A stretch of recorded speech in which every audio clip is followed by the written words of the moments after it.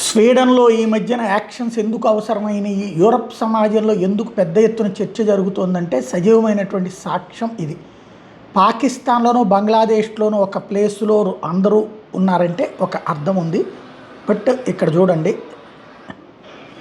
ఇది పాకిస్తాన్ కాదు, బంగ్లాదేశ్ కాదు, లేదా గల్ఫ్ దేశాలు కాదు, స్వీడన్. వేలాది మంది రోడ్ల మీదకి వచ్చి చేసిన ప్రార్థనలు. బ్రిటన్తో పాటుగా ప్రపంచంలోని అనేక యూరప్ దేశాలు త్వరలో ఇస్లామిక్ రాజ్యాలుగా మారతాయనడానికి సాక్ష్యం.